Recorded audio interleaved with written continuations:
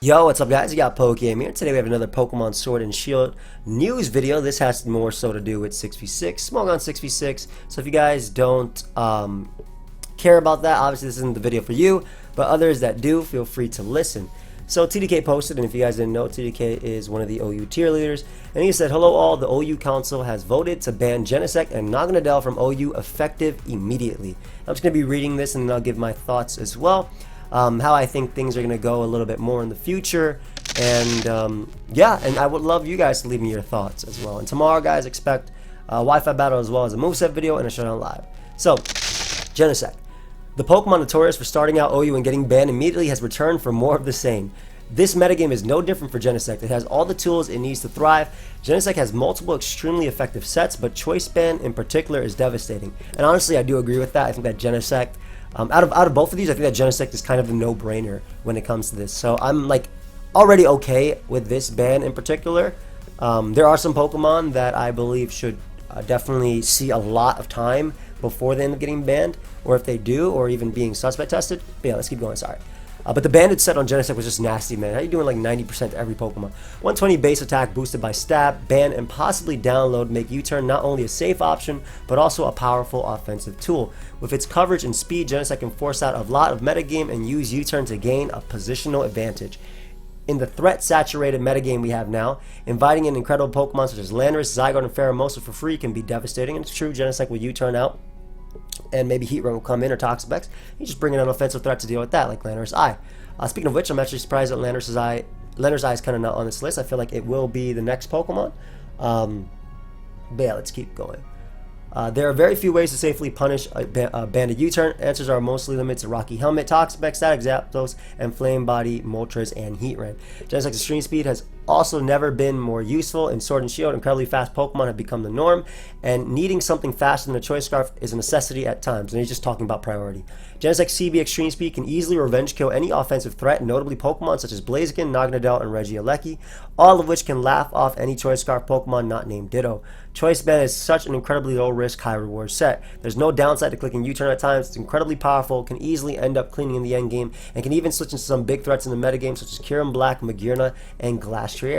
Genesect can also run far more than just one set. Special sets can be incredibly devastating at the cost of speed or the ability to fire off Choice Band boosted extreme speeds. Genesect can become virtually unwallable, thanks to moves such as Technoblast equipped with a Douse Drive, also the fact that like Technoblast is 120 base power. Way back in the day it was like, what, 85? Now it's 120. It's been 120 for a little bit, but the fact that it is just insane.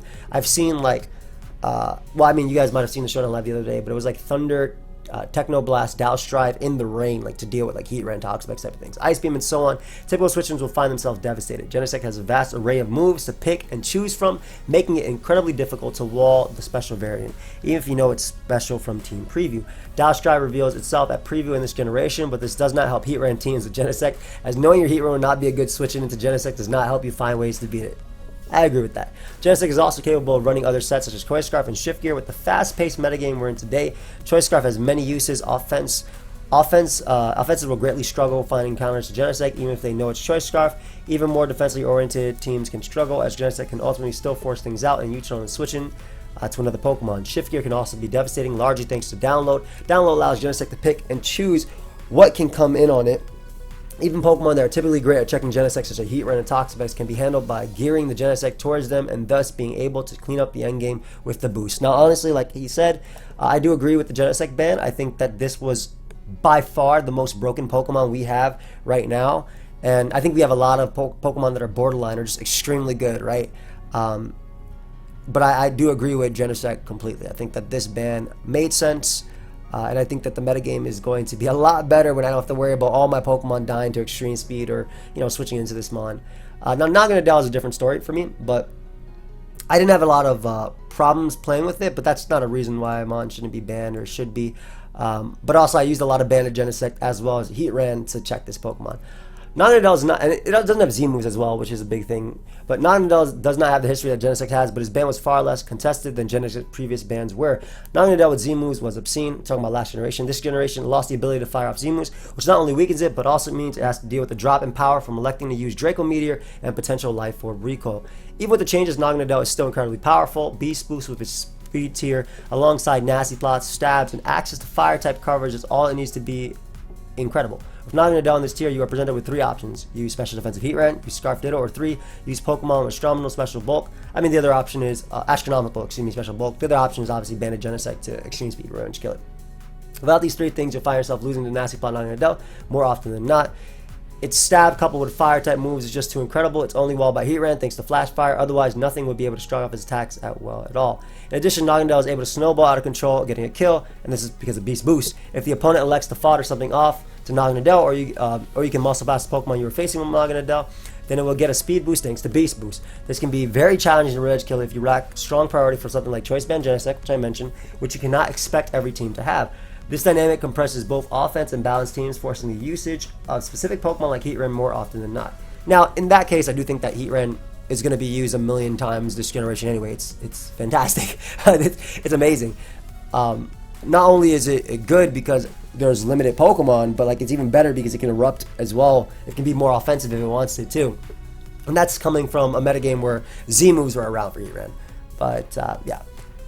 Moreover, Naganadel also gained access to spikes, and I think this is a big one. It's kind of like the Greninja type of thing, where Greninja would spike and then then it would switch out, and then later be able to come in and beat its counter. I've also seen like Black Sludge Naganadel with like Spike Nasty Plot, Dragon Pulse, whatever secondary move, or just like 3 attacks. And I've seen that set up spikes on Pokemon like Toxapex easily, spam Dragon Pulse, and do some damage.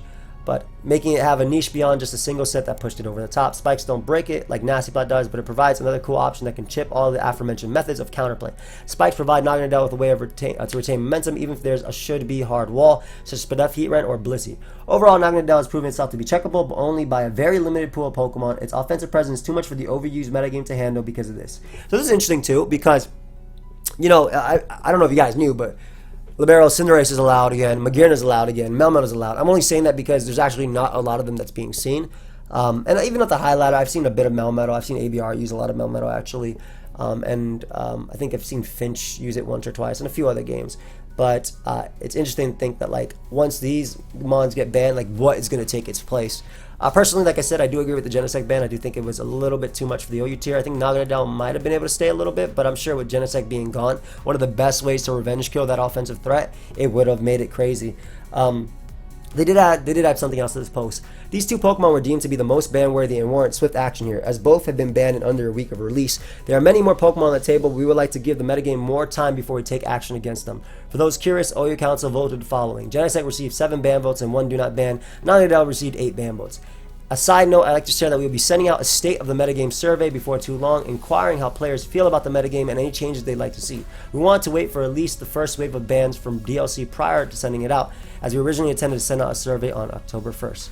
We'll probably be seeing you all again soon. So I'm assuming they give us that survey. I'll probably tweet it out as well, just so more people than like the 200 or 300 people that usually answered on Smogon will actually be able to see it and say something. I do think that Landorus I is next. I think that Landorus is incredibly ridiculous with Sheer Force and has very limited counterplay. As opposed to a few other Pokemon as well. I think Kyurem Black is manageable at the moment, but just because of what we had like Naganadel and Genesect, I think that Blaziken is honestly, and you might disagree with me, but I think Blaziken is mid-average at best, and I'll tell you basically exactly why I say that. But the idea is that it can't fit Protect on any of its sets, which means that it doesn't do well versus offense, and it kills itself with Flare Blitz recoil. It's really hard to set up, and yeah, like if it doesn't have Protect versus offense, it's bad versus offense. If it has Swords Dance versus Balance, it's going to kill itself with Flare Blitz recoil. And not to mention it has to run basically Earthquake because Toxapex is so common, and that means like Pokemon like Slowbro, Wallet, and Slowbro is going to see another Pokemon that you'll be seeing have more usage now that Genesect is going to be gone, and same thing with Naganadel, just as a way of checking Cinderace, a way of checking Heat Rend, and things like that. So the metagame's definitely about to shift. So what are you guys' thoughts on these bans? As I mentioned, I do believe that Genesect is fine, at least right now. I think that's necessary, especially for the metagame to evolve. I think that low-key we're going to start seeing, well, not even low-key, but I'm pretty sure Landorus is going to be at least suspected or asked to come down or talked about with the community. I think that Zygarde is very, I don't even want to say low-key, like high-key. I think Zygarde is ridiculous, and it's going to be interesting to see if that mon gets suspect tested. I also think that there should be on the server. And I actually mentioned this to Finchinator as well. Bro, well, my exact words were, bro, bring down Shield 4 Zamazenta. That mon sucks. And it does. It really does.